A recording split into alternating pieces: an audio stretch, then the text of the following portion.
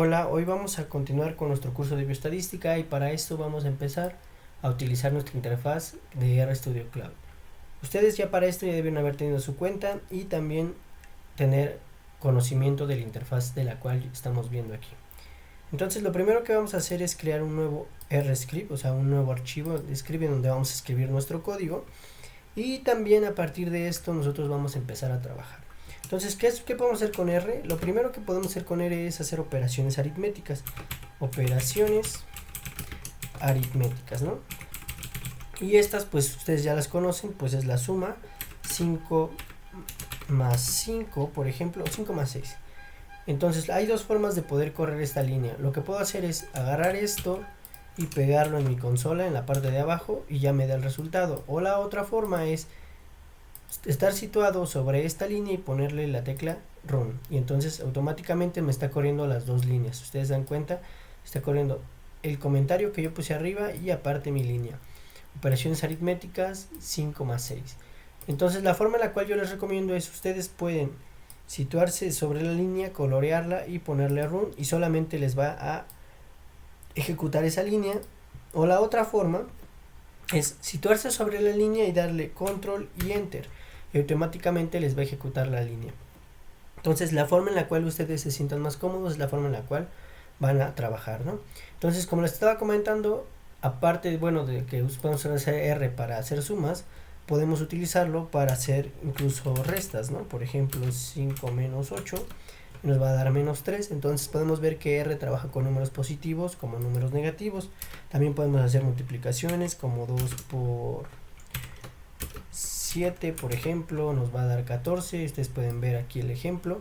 También podemos tener la división, que la división es muy sencilla, puede ser 10 entre, aquí por ejemplo, bueno, el símbolo de división es la diagonal, vamos a ponerle 10 entre 5, pues nos debe de dar 2 exactamente. Además de estas operaciones tenemos también la de exponenciar, que el exponente se va a denotar de dos formas. Una puede ser haciendo uso del acento circunflejo, que es 2 a la 2, 2 por 2 serían 4, ¿no? O una más complicada, vamos a ponerle 9 elevado, entonces podremos también hacer uso de el doble asterisco para elevarlo al cuadrado. 9 al cuadrado sería 81, entonces ustedes pueden ver que fácilmente podemos hacer la exponenciación de estas formas, ¿no? Aquí les voy a agregar unos comentarios para que ustedes sepan. Este es la exponenciación, esta es la división y la multiplicación. Déjenme juntarlas para que las tengamos juntas. División, bueno, vamos a poner primero la multiplicación y división, y pues arriba las operaciones más sencillas, que sería la suma y resta. Ok, entonces ya que conocemos estas operaciones, además de estas tenemos otras operaciones más. En este caso una muy importante que vamos a utilizar es la que se conoce como módulo. Y el módulo no es más que el residuo que tenemos al hacer una división. Un ejemplo claro sería dividir 10 entre 3. Ustedes saben que esta división no es exacta, nos va a dar un número decimal. Entonces, lo que quiere decir es que estamos dividiendo 10 unidades entre 3 cosas o 3 personas. Entonces, a cada uno le va a corresponder de 3 y un tercio, ¿no? O 3.33 o 0.33. El módulo lo que va a hacer es darnos el valor residual sin contar la parte entera. Eso quiere decir que si yo divido 10 el módulo de 3, lo que me va a dar es el residuo, o sea, la parte decimal. No me equivoqué porque aquí es doble asterisco, es doble porcentaje, entonces ya tenemos el valor que sería el valor de 1, ¿no? Entonces es decir que al dividir 10 entre 3 siempre te va a sobrar 1. Entonces sería lo que en nuestras divisiones es el valor que está de residuo, o se podría decir que es el valor que tenemos como se puede decir que es el valor que tenemos como el restante de una división, ¿no? Entonces vamos a continuar. También de esto tenemos unas operaciones especiales, son operaciones especiales, y estas operaciones especiales, pues en un ejemplo claro es el cuadrado, ¿no? La raíz cuadrada. Entonces son funciones que ya existen dentro de R que nosotros podemos hacer uso. Por ejemplo, la raíz cuadrada de 81 pues nos da 9, ¿no? Entonces ustedes se dan cuenta, esta función ya existe dentro de la naturaleza de las funciones construidas dentro de R. Entonces nosotros estamos haciendo uso de esta función. También podemos hacer uso de otras funciones especiales como el logaritmo natural. Podría ser el logaritmo de 10, hagamos el ejemplo. Me equivoqué, aquí es logaritmo natural de 10. También tendríamos el logaritmo en base a 10, por ejemplo, de 10, pues eso va a ser 1.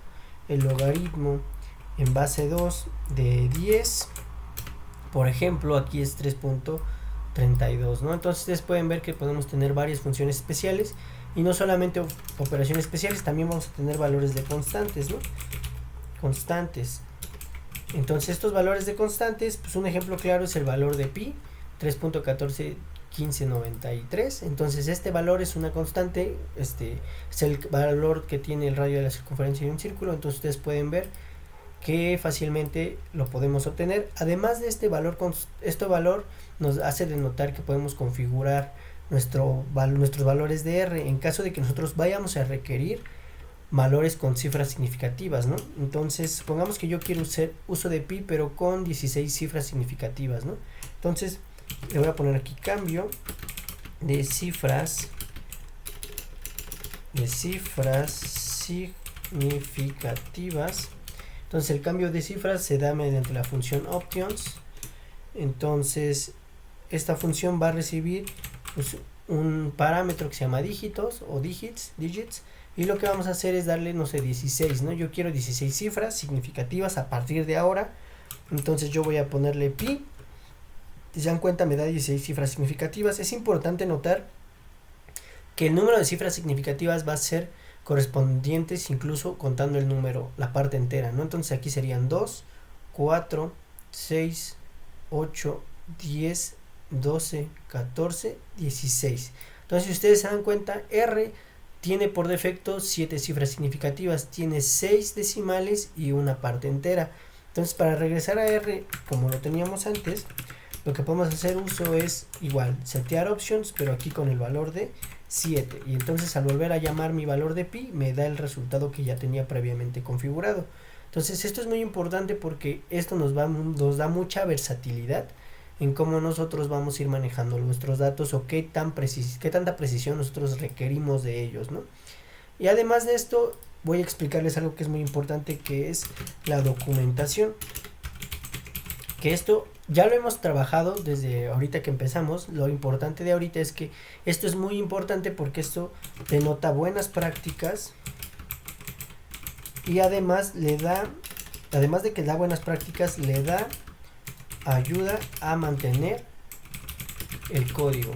Cuando hablo de mantener el código, quiere decir que cuando una persona se pone a leer el código de otra persona, si está documentado y si está con una buena sintaxis, se puede decir, o con unas buenas prácticas, es muy fácil que la persona entienda el código y pueda incluso hasta mejorar el código o arreglar pequeños errores que vayan pasando, ¿no? Entonces la forma de documentar, pues el código, pues ya lo saben, es mediante este símbolo. Les voy a poner aquí como una flechita. Se utiliza para documentar. Entonces estas líneas por el script, o bueno, por el intérprete que tenemos acá abajo, van a ser excluidas, o sea, sí se pueden leer, pero no van a darnos un output, ¿no? O sea, un resultado. Entonces si yo ejecuto documentación, se dan cuenta, no me dan ningún resultado. Igual si yo le doy buenas prácticas, bueno, aquí buenas prácticas me da documentación, incluso acá me da buenas prácticas. En realidad lo que está pasando aquí es que solamente me está arrojando el comentario que yo le estoy dando, pero esto no realiza una acción. Lo que está haciendo es solamente me ayuda a que yo entienda las partes de mi código. Por ejemplo, aquí estoy diciendo que estos corresponden a suma y resta, multiplicación y división, y así sucesivamente. Entonces esto es una buena práctica y es muy recomendable que se utilice. Y ahorita vamos a hacer uso de algunos de estos comentarios. Entonces vamos a ver otro tema, que sería las variables. Vamos a ponerle variables. Y las variables son muy importantes en R y tenemos una simbología especial. Le voy a poner simbología para asignar variables, ¿no? Variables. Entonces esta simbología hace uso de les voy a poner entre comillas los símbolos, no necesariamente, no tienen que usar las comillas, solamente es para que ustedes sepan que lo que esté dentro de ahí es la simbología que vamos a utilizar. La primera es la de el menor que y guión. Menor que y guión nos va a hacer la primera asignación de una variable. La segunda forma en la que podemos asignarlo es con el mayor que y con un guión primero, sería el guión mayor que. Y la última forma, que es la más habitual, que bueno, en otros lenguajes de programación, que es el símbolo de igual. Entonces, ahorita les voy a explicar para qué se utiliza cada una y por qué es recomendable mejor una que otra. Entonces, vamos a empezar con la primera. Yo voy a asignar una variable, no sé, vamos a llamarla x, y les voy a poner x va a ser igual o va a ser asignada con el valor de 2, o sea, 2 se va a asignar al valor de x. Entonces, al momento de que yo ejecuto esta función, ustedes pueden darse cuenta de que en mi parte derecha de RStudio, en donde dice environment o ambiente, ahí podemos ver las variables de nuestro ambiente de trabajo y podemos ver que la variable x ya está asignada con el valor de 2. Eso que estamos viendo es una asignación en memoria RAM. Nosotros a partir de ahí podemos disponer de este valor en el momento en el que queramos. Entonces eso es importante porque nosotros, al estar trabajando con variables, vamos a estar guardando información y accediendo a ella como que nosotros queramos, ¿no? Entonces, para poder yo acceder al valor, tengo que presionar X y yo ya tengo mi valor que está asignado, que sería en este caso X2, ¿no? Y aquí les voy a poner un comentario para que ustedes vean que los comentarios se pueden poner incluso después de líneas de código, y recuerden que lo único que va a leer es esta parte, lo de acá no lo va a tomar en cuenta porque automáticamente R sabe que eso es un comentario, ¿no? Entonces, esta es la sintaxis correcta, ¿no? Y esta es la recomendada. Esta siempre se va a recomendar hacer uso de ella, ¿no? La otra forma, podríamos, no sé, ponerle 4 es menor guión, y, o sea, lo que voy a hacer aquí es que voy a asignar el valor de 4 a la variable y entonces al asignarla, aquí le voy a poner un comentario que diga no es recomendable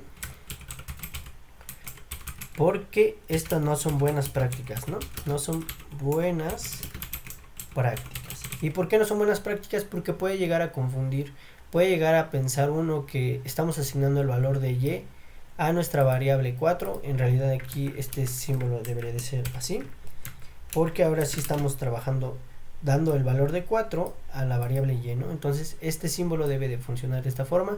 Y esta forma no es la recomendable debido a que justamente puede llegar a confundir, porque aquí lo que estamos viendo es que está primero el valor de 4 y este se le está guardando a la variable y.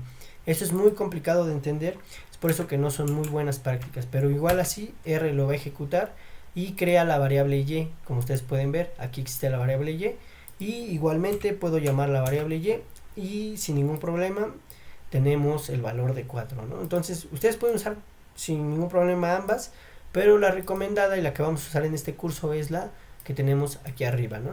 Solamente en algunos casos, cuando estemos usando librerías especiales, vamos a hacer uso de pipes o algo así. Ahí sí vamos a ver el flujo de los datos y ahí es diferente a una asignación de variables, solamente es dar una entrada a una como salida de un programa, ¿no? Entonces ahorita lo que vamos a ver es solamente asignar variables, y la otra forma que tenemos es mediante el símbolo de igual. Este es muy común, esta funciona como para todos. Voy a ponerle la variable z es igual a 10, ¿no? Y ustedes pueden ver que la asignó y la guardó y la podemos mandar a llamar sin ningún problema. La única diferencia es que el símbolo de igual está, como se puede decir, como que está restringido a hacer solamente uso dentro de funciones. O sea, este solo se puede usar dentro de funciones como argumentos, ¿no? Argumentos o clases. Y un ejemplo claro de esto que ya hemos visto es mediante esta función optionsDigits. Aquí lo que estamos haciendo es que estamos asignando un valor, lo voy a poner acá abajo, bueno, voy a borrar el z. Estoy asignando un valor igual a 7, pero está dentro de una función. La función es justamente esta. Entonces, para que ustedes sepan que es una función, la función tiene por lo regular esta estructura, ¿no? Entonces es el nombre de la función, le voy a poner nombre _función, y los paréntesis significa que estamos mandando a llamar la función. Entonces la función en este caso se llama opciones, y lo que vamos a hacer es que el argumento digits quiero que sea igual a 7. Entonces eso es lo que va a ser nuestra función. Más adelante vamos a ver más acerca de las funciones. Ahorita nada más es para que ustedes entiendan que el símbolo de igual está solamente, es recomendable usarlo solamente dentro de funciones como argumentos o dentro de clases, ¿no? Entonces aquí como argumentos o dentro de las clases, ¿no? Cuando veamos clases también podrían utilizar este tipo, y esto sería todo sobre las operaciones, la asignación de variables, y además de esto podemos hacer operaciones con ellas. Operación con variables. Como yo les había comentado, las variables pues al final de cuentas son espacios en memoria de datos que vamos a disponer en algún futuro con el tiempo. Entonces yo puedo hacer operaciones con ellas. En caso de mis datos yo tengo x más y, entonces yo mando a ejecutar mi función y va a sumar, va a dar 6, ¿no? Entonces sería 2 más 4 igual a 6. Y ustedes pueden ver que sin ningún problema se está ejecutando. Incluso podríamos asignarle una variable, por ejemplo la variable a, y va a ser igual a z más, vamos a ponerle 25, ¿no? Lo que vamos a hacer es asignarle a un valor, y entonces yo mando llamar a, y sin ningún problema me da 35, ¿no? 10 más mi valor de a, que era z, que es un valor de 10, más los 25 da 35. Entonces ustedes sin ningún problema pueden ver que se están asignando a las variables, y además de que se están asignando podemos operar con ellas, ¿no? Entonces cualquier operación que se les ocurra aritmética, de las cuales estamos viendo arriba, se pueden utilizar las variables. Incluso operaciones que estén con respecto a una función, podemos hacer uso de ellas, ¿no? Más adelante vamos a ver más de eso. Ahorita también vamos a continuar con la administración de variables. Esta administración de variables la podemos hacer directamente desde aquí. O sea, aquí podemos tener acceso a las variables y ir borrando las variables que queramos, no sé, por ejemplo a. Y el problema de aquí ahorita lo que tenemos es de que para poder nosotros administrar las variables podemos solamente borrar aquí con nuestra escobita. Le damos sí, se dan cuenta, se borran todas mis variables. Esa es una forma de administrar nuestras variables. Otra forma es, no sé, voy a volver a correr mi variable x y mi variable y la variable z, nada más para tener esas tres.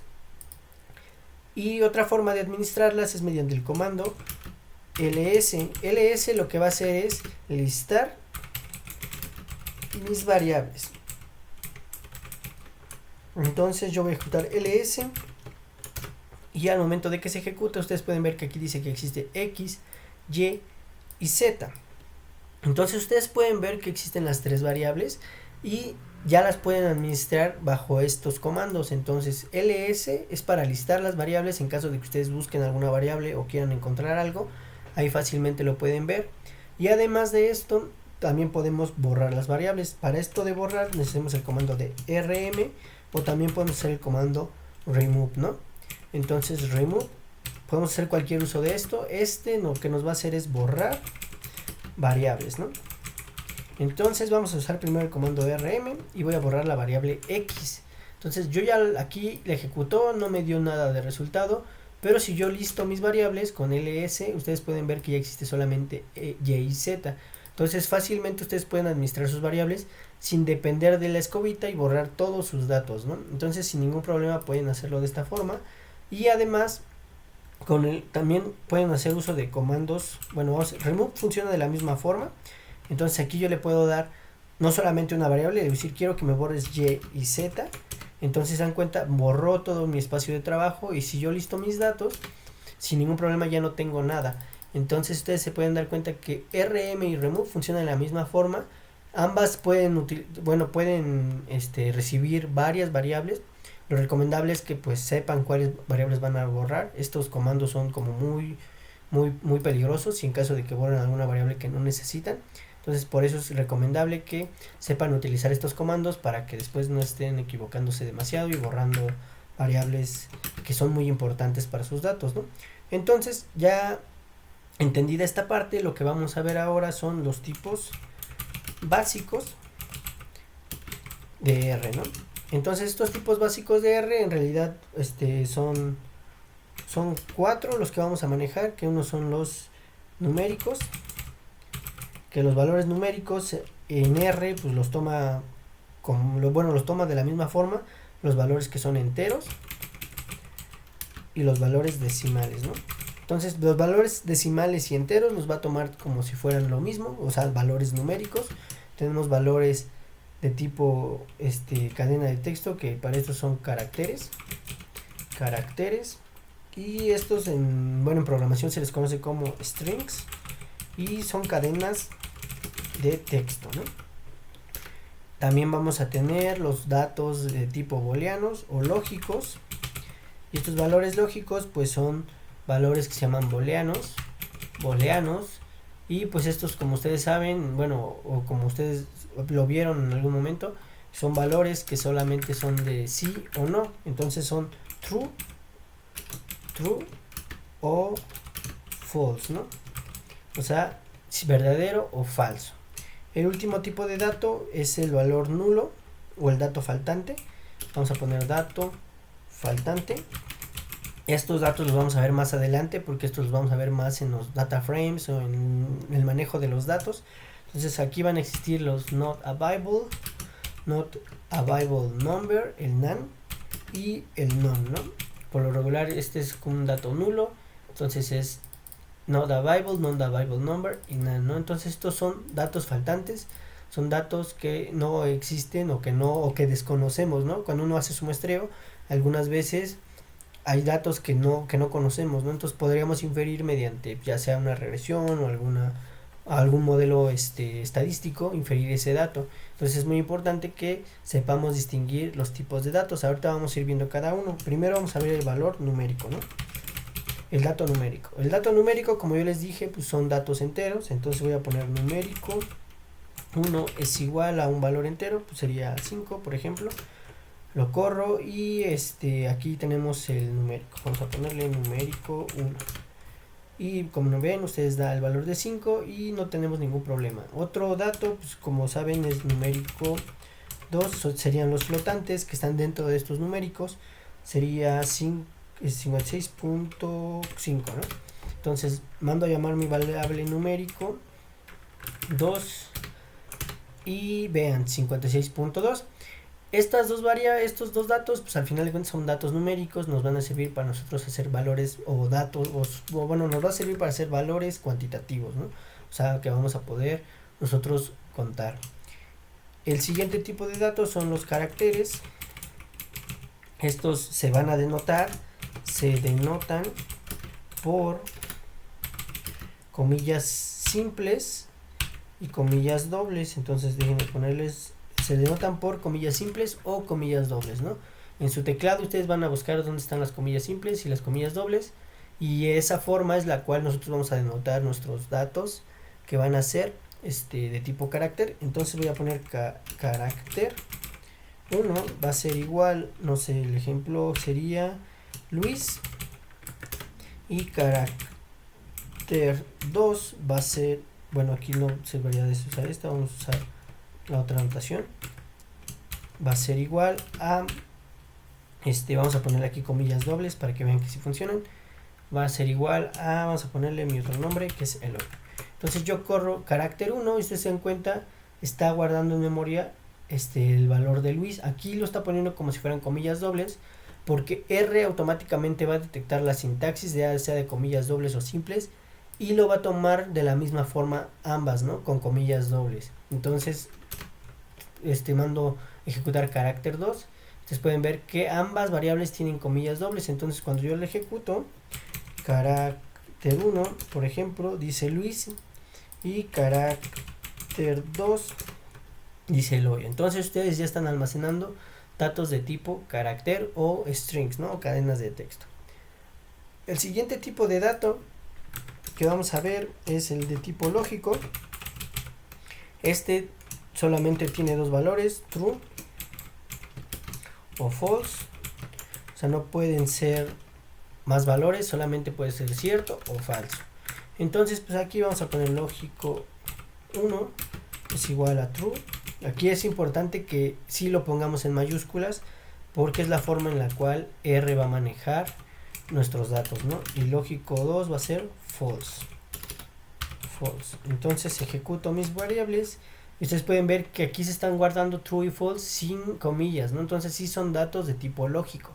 Las cadenas de texto tienen comillas y los numéricos no tienen comillas. Entonces ustedes pueden ver que el de tipo lógico, lógico 1 por ejemplo, me da true, y lógico 2 aquí me está dando false. Entonces está almacenando muy bien mis variables.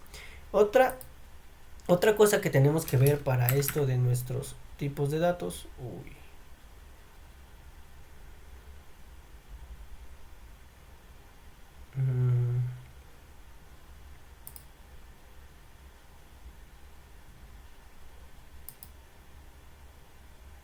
Ok. Otra cosa que podemos ver nosotros en función a nuestros tipos de datos es saber qué tipo de datos estamos manejando nosotros. Entonces para esto hacemos uso,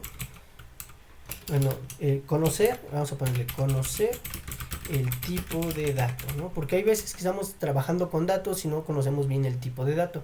Y para eso hacemos uso de la función class. Y lo que va a hacer es definir o nos va a decir el tipo de dato que es una variable, ¿no? Entonces, por ejemplo, vamos a ponerle class y mi valor numérico 1, ¿no? Recuerden que el valor numérico 1 es un entero, entonces lo voy a mandar llamar primero, vean, es el valor de 5, entonces el valor de class numérico 1 es un valor numérico. Y lo mismo podríamos hacer con el valor numérico 2, ese sabemos nosotros que es un valor flotante. Pero aún así, como yo les comentaba, para R, el valor aunque sea flotante o entero, para él van a ser lo mismo, ¿no? Ambos van a ser de tipo numérico. Entonces es importante que sepamos que class nos va a ayudar a saber qué tipo de dato estamos manejando. Y puede aplicarse para cualquier tipo de dato, ¿no? Por ejemplo, tenemos class para el valor de lógico.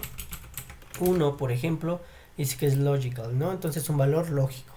Y lo mismo para nuestros valores de carácter 1 por ejemplo es carácter, ¿no? Entonces ustedes pueden ver que sin ningún problema podremos saber qué tipo de dato estamos teniendo, y eso es muy importante porque al saber qué tipo de dato estamos teniendo sabremos qué operaciones podemos hacer. Multiplicar una cadena de texto con otra cadena de texto, por ejemplo, eso se podría hacer si ustedes lo programan, ¿no? O multiplicar un número con un número, eso está bien, pero no pueden multiplicar un número con un carácter, ¿no?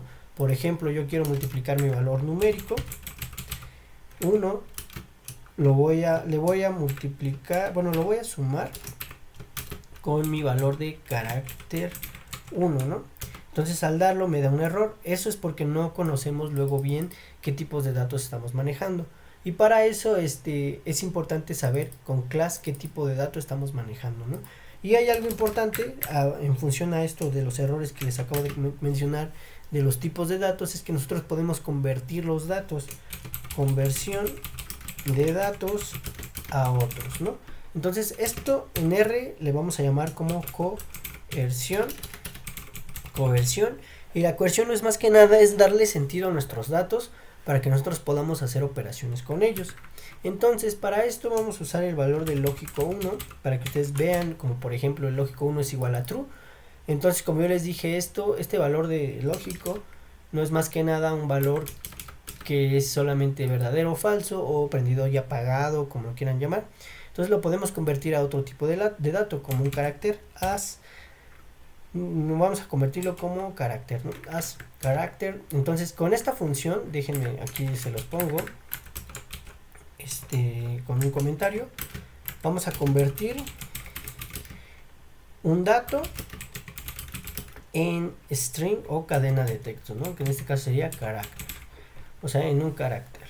Entonces lo que estamos haciendo es convertir un dato en un carácter. Entonces aquí lo que quiero hacer es que el lógico 1 se convierta en carácter, y ustedes pueden ver que cambia la sintaxis. Aquí lógico es true y no tiene comillas, aquí tiene comillas, eso quiere decir que esto ya se convirtió en una cadena de texto. Entonces ya puede hacer uso de las funciones para las cadenas de texto.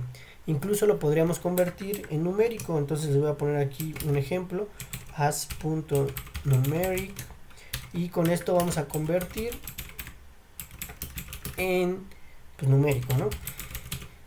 Entonces voy a poner as.numeric, y entonces bueno, dentro de aquí vamos a ponerle lógico 1. Y como les digo que este es prendido y apagado, pues por lo regular es lógica booleana. La lógica booleana solo se representa con dos números, el 0 y el 1.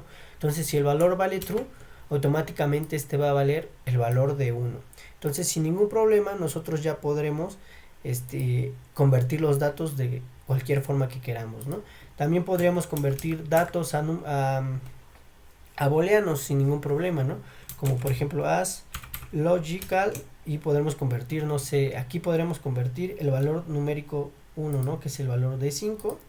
Entonces voy a ponerle numérico 1 y me va a dar, bueno, aquí me dio un error porque numeric es numérico, perdón. El valor numérico es true, ¿no? Entonces si se dan cuenta, le voy a dar mi valor de numérico 1 es 5, y entonces todo valor que sea diferente de 0 va a dar siempre para un valor lógico como como 1. Entonces vamos a ponerle, no sé, 12 y me va a dar true, ¿no? Entonces si ustedes se dan cuenta, el único valor que me va a dar false es 0. Eso es importante, ¿no? El único valor que se convierte a lógico y te da false es 0. Igual lo mismo podría hacerse con las cadenas de texto. As.logical, y voy a poner una cadena de texto que diga Luis y me dice NA, ¿no? Porque no se puede convertir a un valor lógico, porque justamente este es un string. Entonces vean que también hay datos que no se pueden convertir, y un ejemplo claro es convertir valores numéricos, por ejemplo as.numeric, y aquí en este caso ustedes pueden luego tener datos en donde pongan 23.9 por ejemplo y lo conviertan en numérico, y ahí no les va a dar ningún problema. ¿Por qué? Porque este dato sí se puede convertir en un valor numérico. Pero va a haber casos, por ejemplo, en donde ustedes tengan estos tipos de datos, pero ahora separados por comas. Aquí R se le va a complicar, porque en este caso va a pensar que esto sí es un texto, por simplemente tener la coma. Entonces al convertirlo dice que no es available, ¿no? Entonces me da el NA. No se pudo convertir debido a la coerción, ¿no? No hay una buena coerción entre los datos.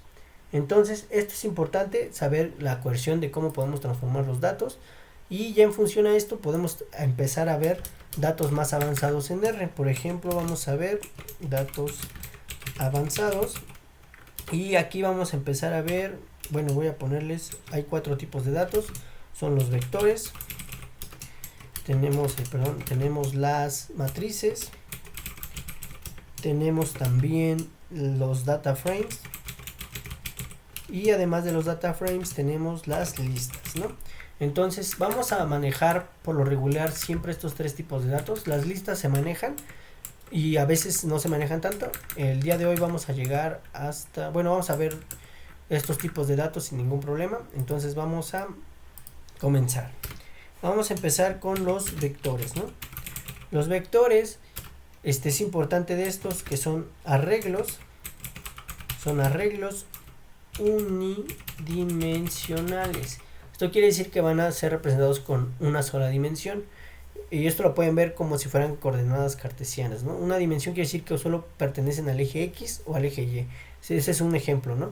Pero quiere decir que lo pueden representar solamente como un arreglo en donde todos los datos que vayan a estar dentro del vector van a estar en el mismo nivel. Así se puede decir, como que un arreglo unidimensional muestra todos los datos en el mismo nivel.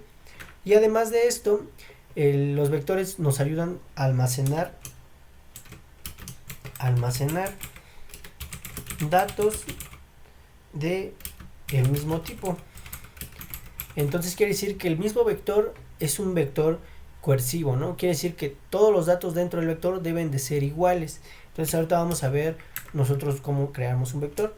Para crear un vector hacemos uso de la función C, y esta función va a crear un vector.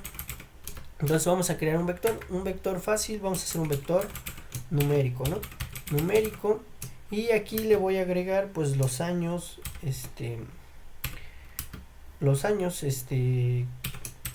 que tenga, bueno, cualquier año, ¿no? Vamos a empezar desde el 2018 hasta ahorita, ¿no? 2018, coma, entonces voy a agregar el siguiente dato, 2019, 2020, 2021, 2022 y el año actual 2023 y el siguiente, ¿no?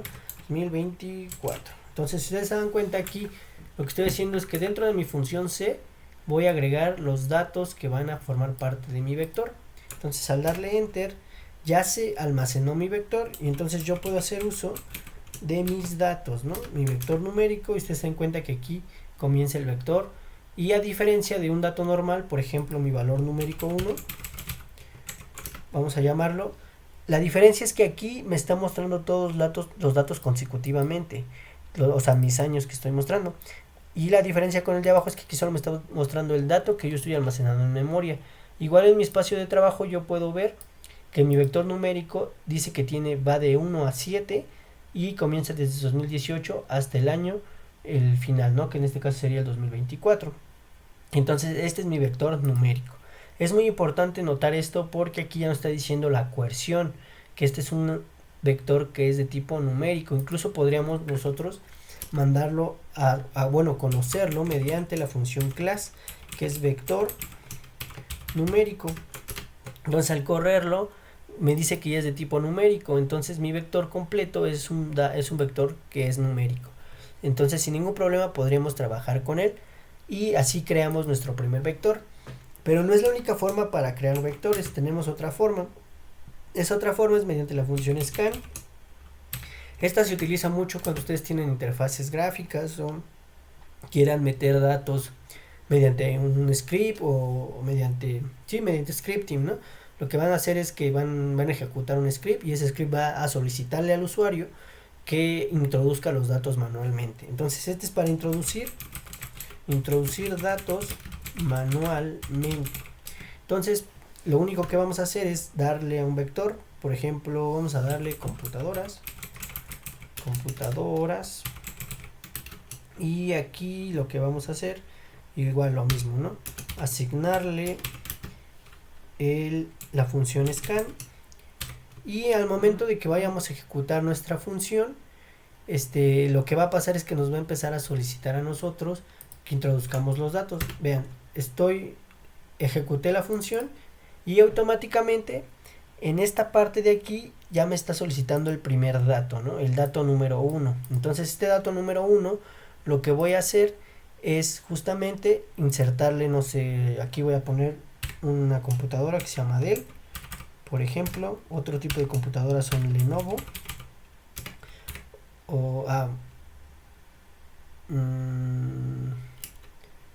a ver, vamos a volver a correrlo, es que ya vi porque me equivoqué. Entonces volvemos a ejecutar scan. Al ejecutar scan nos está solicitando los datos, entonces voy a darle valores que sean 20, 30 y 45, por ejemplo. Y si ya no queremos insertar más datos, le voy a dar enter y automáticamente va a leer que somos 3 tipos de datos, ¿no? Entonces estos 3 tipos de datos, lo que va a pasar es que nosotros ya los almacenamos dentro de la variable que se llama computadorasa. No me había dado cuenta que lo escribí mal, computadorasa.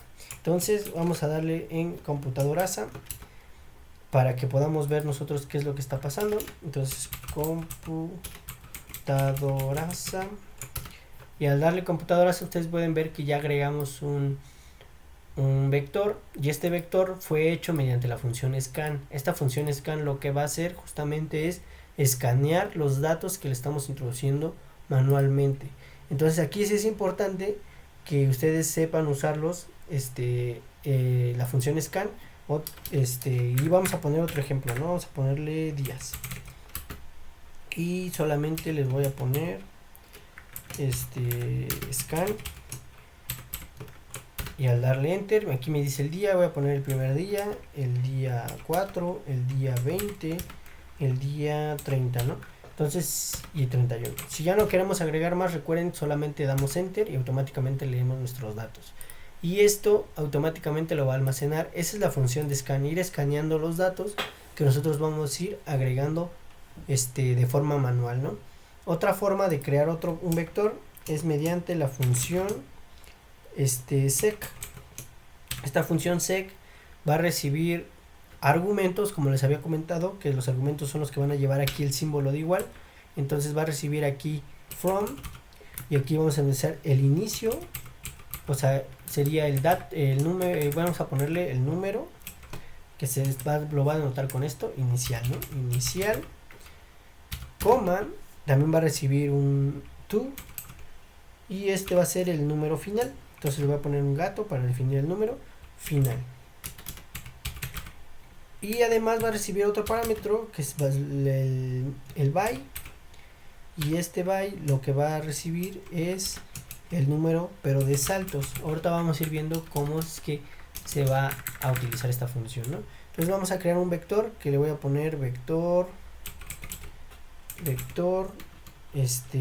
voy a poner vector 200, ¿no? Para que ustedes sepan que es un vector 200, o sea, va a ir del 1 al 200. Entonces le voy a poner que mi vector 200 es igual a sec, y aquí le voy a poner from igual, entonces va a iniciar de 1, coma, y va a llegar hasta el 200. Entonces ahorita lo voy a hacer así para que ustedes vean que está creando 200 datos, y también para explicarles otra cosa de la salida de un vector, que en este caso, vean, aquí tenemos hasta el 200, pero es importante notar que la salida va a ir cambiando en función a los datos que vamos presentando, ¿no? Este dato de aquí que vemos entre paréntesis es el índice en el cual está iniciando el vector. Aquí dice que está iniciando en el índice 1. Entonces esto de aquí llega hasta el 17 y el siguiente escalón va a iniciar en el índice 18. Entonces ustedes pueden ir bajando y el primer índice dentro de este escalón es el 171. Eso es importante porque así ustedes pueden saber en dónde están ubicados dentro de un vector. No siempre van a estar ordenados de esta forma, por lo regular están desordenados los números. Entonces, por lo regular es bueno saber qué índice es el que vamos a estar ocupando, ¿no? Entonces aquí va del 1 al 200 y ese es mi vector 200. Es importante ver que aquí no le agregué el parámetro by. ¿Por qué? Porque no es necesario. El que sí es necesario es de dónde a dónde iría nuestro vector. Entonces voy a hacer lo mismo, pero ahora voy a hacer que salte de 5 en 5. Entonces voy a llamarlo vector 200 y le voy a poner un guión bajo de que voy a ir saltando de 5 en 5. Entonces al momento de que yo lo arme, sec va a tener la misma estructura, o sea, va a ir de 1 a 200, pero aquí voy a ir saltando de 5 en 5. Entonces al darle enter yo mando a llamar mi vector 5 y pueden ver que va a ir saltando de 5 en 5 hasta llegar al 200. Aquí llego hasta el 196. ¿Por qué? Porque el 201 ya sería el valor, el valor 5 después de 200, ¿no? Entonces esa es la forma en la cual podemos usar by. Es muy útil, nos puede ayudar bastante. Y la última forma para la cual nosotros podemos hacer vectores es mediante esta es la forma más sencilla, es la forma más utilizada, y este es mediante la notación de los dos puntos. Se utilizan para crear vectores numéricos, ¿no? Entonces igual el de arriba es para vectores numéricos, ¿no? Entonces aquí lo que vamos a hacer es pues, crear un vector. Igual lo voy a llamar vector 100 y va a ir de 1, 2 puntos hasta 100. Entonces lo mando a llamar y permítanme, lo mando a llamar y aquí está del 1 al 100, y ustedes se pueden dar cuenta que esta forma es una versión simplificada de la forma de acá arriba. Solo la diferencia es que no podemos hacer uso de los saltos, pero es la misma forma y la podemos utilizar, y esta es la más utilizada porque es muy sencilla y la sintaxis es fácil de leer, ¿no? O sea, te da a entender que va del 1 al 5. Además de vectores numéricos, podemos hacer uso de vectores de texto o de caracteres, ¿no? Entonces vamos a hacer un vector, vamos a hacer vector de mi nombre.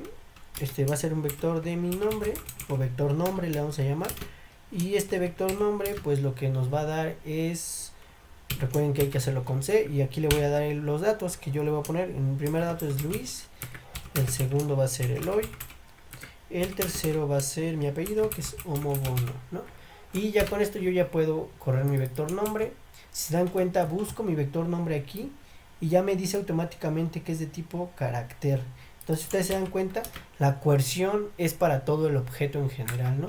Entonces yo le pongo class para saber qué tipo de dato tengo y es de carácter. Entonces aunque yo sepa que esto es un vector de varios datos, todo el vector debe tener la misma coerción, o sea, el mismo tipo de dato, este es de tipo carácter. Entonces ustedes pueden tener, hay unos vectores especiales de caracteres, ustedes pueden tener este vector, pero siempre almacenar o guardar la misma coerción. Entonces en función a esto, vamos a ver unos vectores especiales de caracteres, que es la de letters, y este nos va a dar las letras de la A hasta la Z en minúsculas, y también tenemos letters en mayúscula, que este nos va a dar lo mismo pero en letras mayúsculas, ¿no? Entonces ustedes pueden acceder a las letras. Esto es importante porque ustedes pueden hacer un random choice en donde elijan una letra al azar o cosas de ese estilo, y es muy útil, la verdad sí es bastante útil. Vamos a ver ejercicios con letters para que ustedes sepan. Y además de estos vectores, recuerden que la coerción se mantiene. Entonces hay otro tipo de vectores que se le va a llamar vectores lógicos, ¿no? Lógicos. Entonces los vectores lógicos, pues ya esos son, ya mismo su nombre mismo lo dice. Entonces vamos a ponerle vector lógico, y lo que va a almacenar pues son datos de tipo booleano o de tipo logic. Entonces aquí debería ir un true, vamos a ponerle otro true, false y un true al final y otro false, ¿no? Entonces lo corro, se almacena, y mi vector lógico es de tipo logic. Entonces ustedes pueden ver que es de tipo lógico. Entonces lo mismo que se hizo con los vectores de tipo numérico, podemos ver el tipo de coerción que tiene mi vector, que es lógico, y ya con esto ustedes podrían sin ningún problema armar un vector. Ahora, ¿qué pasa si yo tengo un vector mixto, no? Vector mixto, esto quiere decir que voy a tener un vector en donde voy a tener datos mezclados, y entonces voy a ponerle aquí mi vector mixto, y va a ser igual, va a ser igual a ¿cómo vamos a hacer el vector? Entonces vamos a hacerle con un valor de 12, que tenga un true, que además de true tenga un valor de 9.5 por ejemplo, y además de esto que tenga el valor de vamos a ponerle gato, ¿no? O sea, que tenga el valor de gato. Entonces yo corro mi vector, se almacena, pero es importante notar aquí que lo está guardando como caracteres. Entonces si yo hago la cohesión de mis datos, que es vector mixto, para saber qué tipo de cohesión tiene, es de carácter. Entonces igual, si yo lo mando llamar, lo que va a hacer R en este caso de los vectores mixtos es ver de estos datos que tenemos aquí, cada dato en qué se puede transformar. Si se puede transformar en booleano, lo transforma en booleano. Si se puede transformar en numérico, lo transforma en numérico, pero que todos se puedan transformar al mismo tipo de dato. Aquí todos los datos los está transformando en el tipo de dato string, porque todos estos datos se pueden transformar a string sin ningún problema.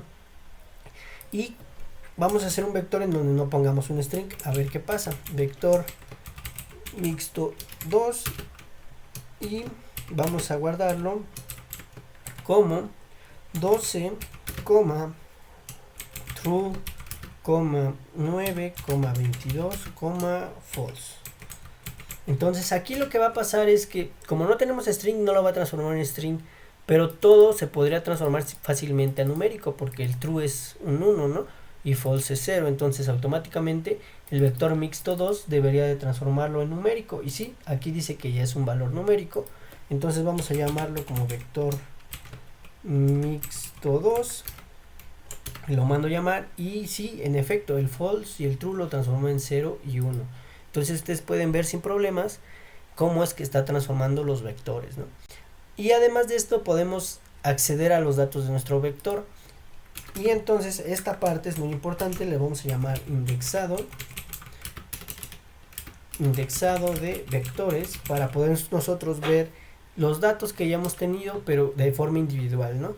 Entonces vamos a trabajar con nuestro vector mixto, el primero, que es el que tiene el gato, y entonces a yo digo que yo quiero obtener el dato que está en la tercera posición. Entonces para esto voy a ponerles aquí se utilizan los los corchetes cuadrados, y esto se denota el índice que deseamos acceder. Entonces lo único que voy a hacer es poner mi vector mixto, y a este vector mixto pues, le voy a poner el dato que yo quiero acceder. En este caso voy a hacer el 3, ¿no? Había dicho que el 9.5, entonces me da 9.5. entonces el índice se va a contar a partir de la primera posición. Esta es la primera posición y es el índice 1, entonces el siguiente es 2, 3 y 4. Entonces así se va a ir sacando el valor. Además de esto podríamos darle un vector, dar un vector como o sea, le vamos a dar un vector como entrada para acceder a datos, ¿no? Entonces esto de darle un vector es muy sencillo. Vamos a tener nuestro vector mixto otra vez, y a este vector, pues recuerden la notación de los corchetes cuadrados. A estos vectores les vamos a dar que yo quiero acceder mediante un vector. Aquí tengo un vector a la posición, supongamos 2 y 3. Entonces aquí lo que le estoy dando es solamente dos valores, el 2 y el 3, pero esos dos valores los quiero justamente en mi vector mixto. Entonces le doy enter y vean, me da true y 9.5, que es la posición 2 y la posición 3. Entonces le podemos dar incluso un vector sin ningún problema. Además de esto, podríamos hacer la notación que habíamos visto hace rato, que es justamente acceder mediante la notación de los dos puntos, ¿no? Quiero acceder desde la 1 hasta la, bueno, vamos a ponerle desde la 2 hasta la posición 4, ¿no? O 5, vamos a ver. Ahí está, la posición 5. Aquí me da un NA porque la posición 5 no existe, pero sí me da la posición 2, 3, 4 y la 5 que no existe, ¿no? Entonces ustedes pueden ver que me da true, 9.5, gato, y la quinta, que en realidad no existe, es un not available porque no existe el dato, ¿no? Entonces pueden usar la notación de los vectores o la notación de las secuencias, ¿no? Ustedes van del 2 al tal o del 2 al cual. Sin ningún problema pueden acceder a estos datos, ¿no?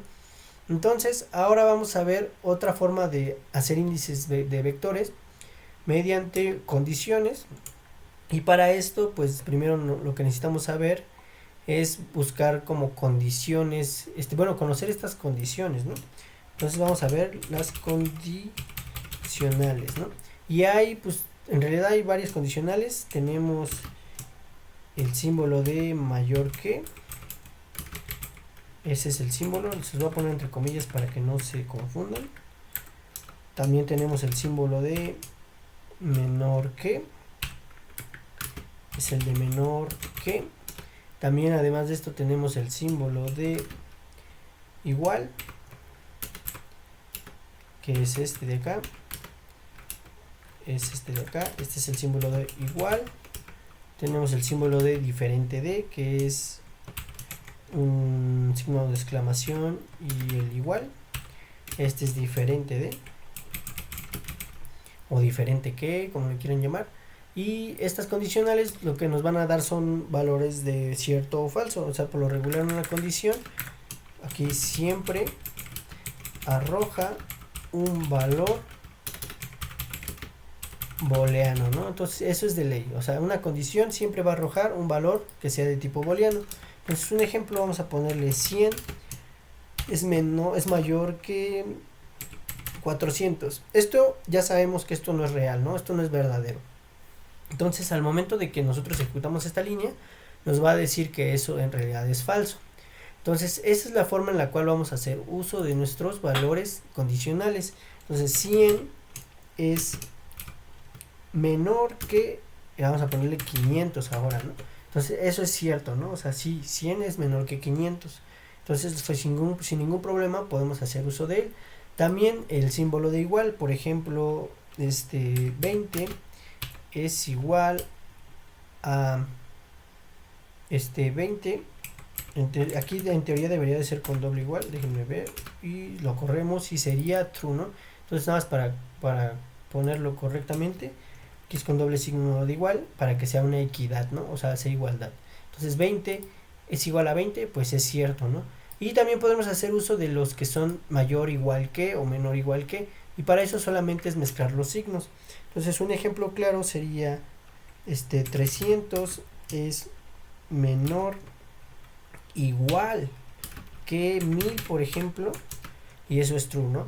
O también 200 es mayor igual que 3.50, y eso es cierto. Entonces ustedes pueden ver que podemos hacer uso del mayor que, menor que, igual que, menor igual que y mayor igual que. Y el último que nos falta ver es el de diferente de. Entonces podemos poner que 20, por ejemplo, es diferente de 20, ¿no? Entonces es falso, ¿no? Porque esto es lo mismo, ¿no? 20 y 20 son lo mismo, entonces sin ningún problema ya tenemos entendido que es una condición. Una condición es más que nada una comparación que tenemos con respecto a otro en función a las condicionales, que son mayor que, menor que, igual que y diferente de, ¿no? Entonces en función a esto nosotros ya podríamos hacer uso de de estas condicionales para poder nosotros tener vectores indexados más fácilmente. Entonces vamos a indexar vectores por condicionales. Entonces vamos a hacer la primera, ¿no? Tengo mi vector 100. Se dan cuenta, aquí tengo mi vector 100, y entonces lo que voy a hacer es quiero todos los datos que sean divisibles entre 2. Entonces para eso yo ya les había comentado de una operación que se llama el módulo. El módulo se denota mediante dos símbolos de porcentaje, y lo que va a hacer es que cualquier número que yo, bueno, en este caso cualquier número que yo quiera, por ejemplo el 3, y lo quiero dividir entre 2, me va a dar el residuo. Entonces si dan cuenta, 3 entre 2 me da 1, o sea, de residuo. Eso quiere decir que este número no es divisible entre 2. Para que un número sea divisible entre 2, el número debe de darme 0. Por ejemplo, aquí 2 entre 2 me da 0. El 4 es divisible entre 2, me da 0. Entonces, mi condicional sería que un número, aquí le voy a poner un número cualquiera, número X. Esta le voy a poner aquí o sea, mi número X debe de ser que cuando yo haga el residuo, esto sea igual a 0. Y justamente esto es lo mismo que voy a trasladar dentro de mi vector. Entonces voy a llamar mi vector 100, y yo lo que quiero es saber que dentro de mi vector 100, o sea, todo lo que tengo en mi vector 100, quiero saber todo lo que sea dentro de mi vector 100 divisible entre 0 pues, divisible entre 2 y que sea igual a 0, ¿no? O sea, el residuo. Quiero saber qué residual de mi vector 100 me da 0. Entonces al momento de que corro esto me dice qué valores sí son divisibles entre 2. Por ejemplo, aquí tengo el 2, el 4, el 6, el 8, el 10, el 12, 14, 16, así. Y todos esos son números pares, justamente lo que estábamos buscando. Podemos agregar condicionales para que nosotros podamos, sin ningún problema, acceder a los datos de un vector. Y no solamente esos datos, ¿no? O sea, podemos hacer vector 100 y quiero que, por ejemplo, quiero saber de mi vector 100, qué datos son mayores. Supongamos que yo calcule la media y todo de mis datos, y aquí le voy a poner men es igual, o sea, media, ¿no? Vamos a ponerle media es igual a, supongamos que la media de todos mis datos van a ser 30, ¿no? Entonces yo quiero saber qué valores dentro de mi vector, de mi vector son menores, vamos a ponerle son menores a esa media que yo acabo de inventar. Entonces le voy a dar enter y dice justamente estos datos son menores a tu media, ¿no? Entonces esto es muy sencillo porque podremos ver qué datos pueden estar lejos o cerca de un valor estadístico o un dato que nosotros tengamos como de tendencia central o algo así, ¿no? Entonces es muy útil.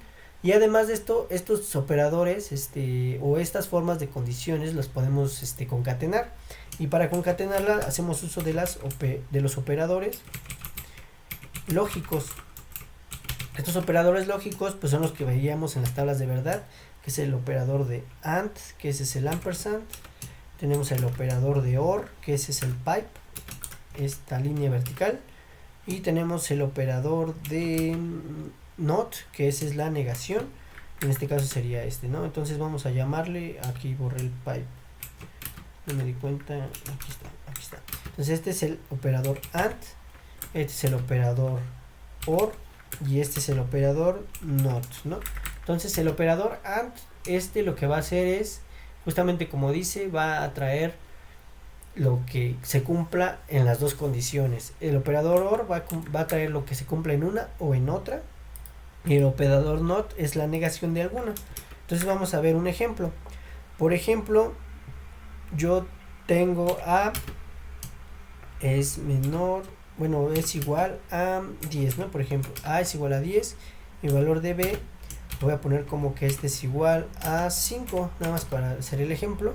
Entonces lo que quiero ver, si A es mayor que B, entonces A es mayor que B y me da true, ¿no? Además de A es mayor que B, quiero ver si A es igual a B, y eso me da false. Entonces ya en cuenta son condiciones diferentes, pero las podemos juntar. Entonces al momento de que las juntamos, puedo yo en medio asignar mi operador lógico, por ejemplo el valor del ampersand, para ver si A es mayor que B y A es igual a B. Entonces las dos se tienen que cumplir en una condición de tipo AND. Entonces aquí les voy a poner las dos condiciones deben cumplirse para ser true. Entonces aquí me va a dar false porque justamente A no es igual a B, ¿no? Pero si yo cambio el operador, aquí les voy a poner que este es el operador AND, si yo cambio de operador al operador OR, entonces aquí cualquier condición debe cumplirse. Entonces aquí cualquier condición debe cumplirse. Voy a copiar la misma condición, lo único que voy a hacer es cambiarle el valor por el valor de pipe. Y entonces aquí, como les dije, cualquier dato debe de cumplirse. Entonces al darle enter me da true, porque con que uno se cumpla, el otro no interesa, porque ya con uno que se cumpla está bien. Entonces ya con eso nosotros tendremos sin problemas el valor de OR. Ahora sería el valor de NOT, y NOT lo que va a hacer es negar una condición. Entonces vamos a copiar de nuevo esto, y lo que voy a hacer para que ustedes vean es negar la condición de A. Entonces le voy a poner aquí el valor y aquí el ampersand. Si ustedes se dan cuenta, cuando teníamos la primera vez que teníamos el ampersand, me daba false. ¿Por qué? Porque esto era verdadero, pero esto de acá era falso, pero ahora lo estamos negando con este valor de aquí.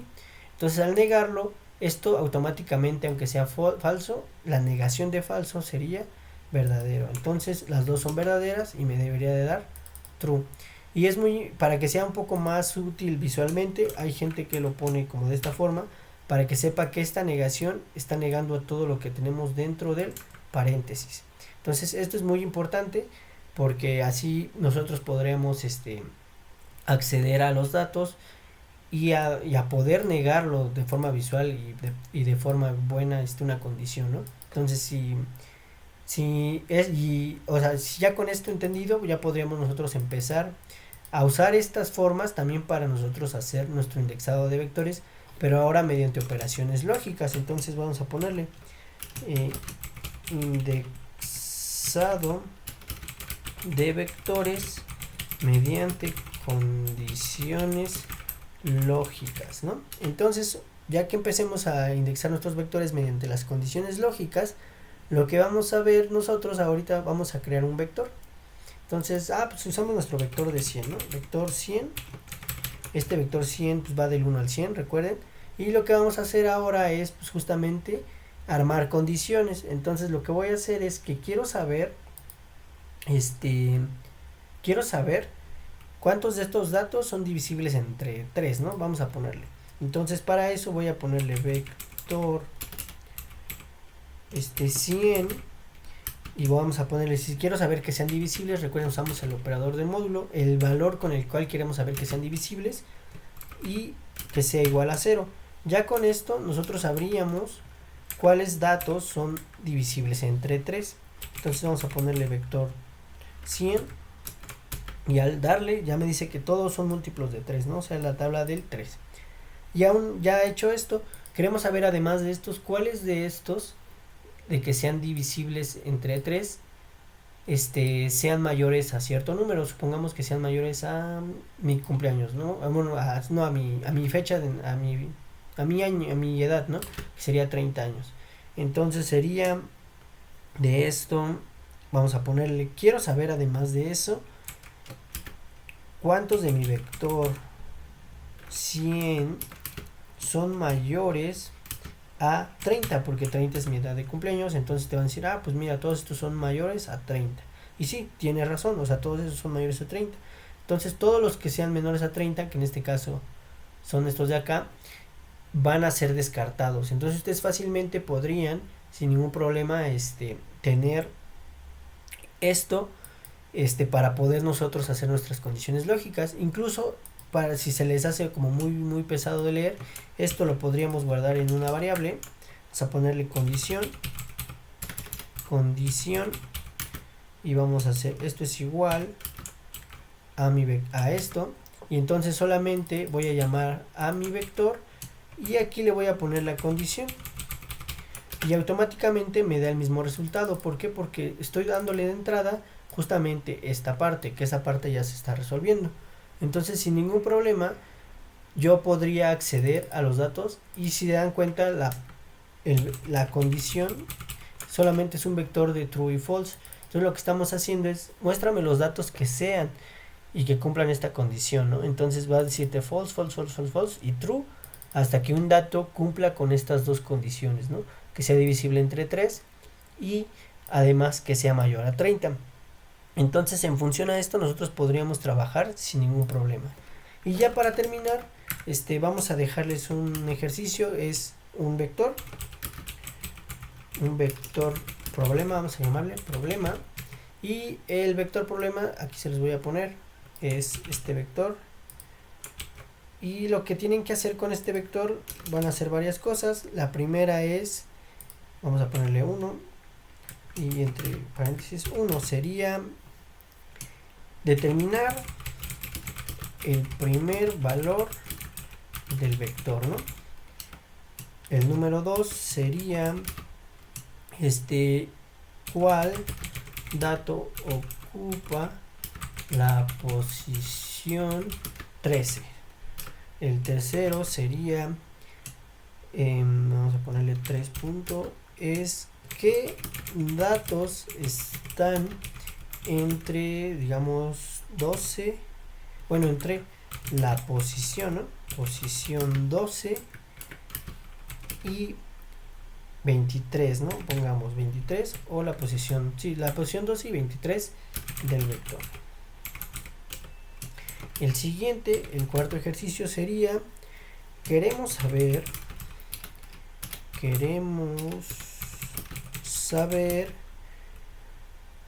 cuáles valores de los datos están en las posiciones, y aquí voy a darle enter nada más para que, y en las posiciones 7, 9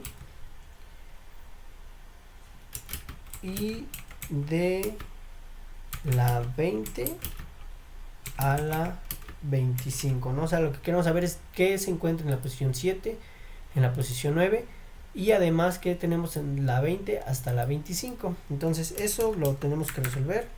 También otro quinto ejercicio es, quiero saber cuántos datos superan o son iguales a 35, ¿no? O sea, quiero saber de estos datos cuáles son más grandes que 35 o iguales, ¿no? Entonces el siguiente, bueno, este es el quinto ejercicio. El sexto sería, quiero saber cuántos datos son menores que 37. Bueno, no, mayores, vamos a ponerle mayores, solo mayores, mayores que 37. Y el séptimo, en este caso, es cuáles datos están, cuáles datos están entre 35 y no, a ver, vamos a ponerle cuáles datos están, cuáles datos serían, ¿no? Son mayores a 35 y menores o iguales a 37. Entonces aquí se dan cuenta, si se dan cuenta ustedes podrían, aquí ya aplicarían, en estos tres ya aplicarían las condicionales. Eso es como tip. En esta de aquí ustedes tendrían que hacer lo de los indexados de los vectores y ya sin ningún problema lo resolverían.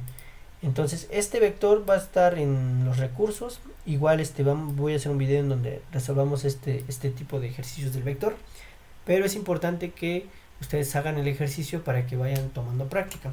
Entonces, en función a esto, los recursos del curso de hoy van a estar almacenados. Esto va a ser almacenado como 01 básicos.r, y ese archivo van a tenerlo ustedes para que ustedes tengan acceso a los apuntes y al código que estuvimos trabajando hoy. Y eso sería todo por la clase de hoy.